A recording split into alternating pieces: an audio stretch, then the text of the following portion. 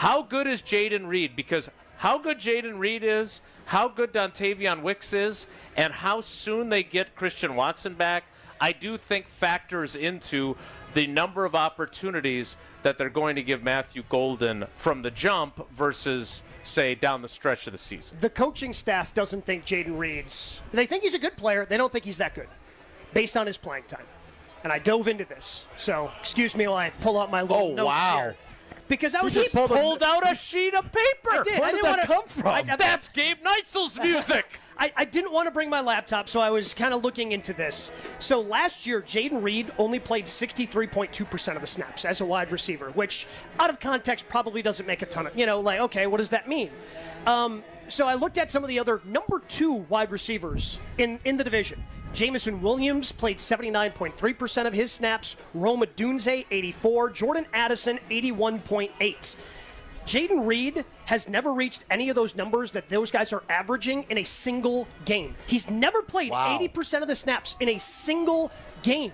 And his snaps continued to go down as we went last year. You brought up Dontavion Wicks, who overall played a less percent of their snaps than Jayden Reed did last year. What was Reed's number again? I'm sorry. So Reed last year, 63.2%, which was second on the team. And if I'm not mistaken, they didn't utilize him a lot in 2 wide receiver sets. Correct, because they only trust him out of the slot. So Wicks ended up playing more than Reed in 5 of the last 6 games last season. Wow. So part of Reed's production wasn't just the drops. It was also the coaching staff wasn't putting him on the field for an opportunity to make plays. So I'm not looking at Jayden Reed as someone who's going to suddenly be somebody they trust on the outside if they're going to utilize more 2 tight end sets.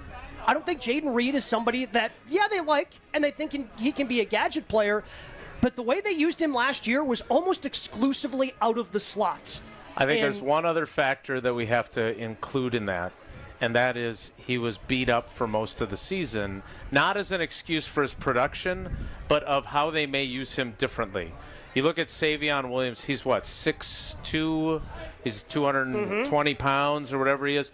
Stop, and Matt LaFleur admitted this, and this was one of the things that came up after the draft, and then we obviously had the Drew Rosenhaus affair, etc. But look, Jayden Reed, he's got return skills. He's got a lot of appealing qualities.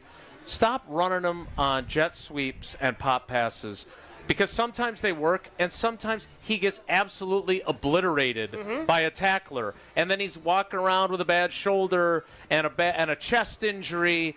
Use him in a way that also protects him from being too nicked up to be productive. And I think Matt LaFleur has said that on the record, that is something they need to do a better job of. So maybe he has the same snap numbers, but he's used differently, and maybe that allows him to be more productive. And maybe he can be productive, but playing that many snaps, you can't be a star. Yeah, you're viewing that as a huge concern. You can't be and he led the Packers. Which is why he got a new agent, because he's going to be playing somewhere else in 2 seasons. I look at him as, okay, the coaching staff's not going to put him on the field enough for him to be a huge difference maker.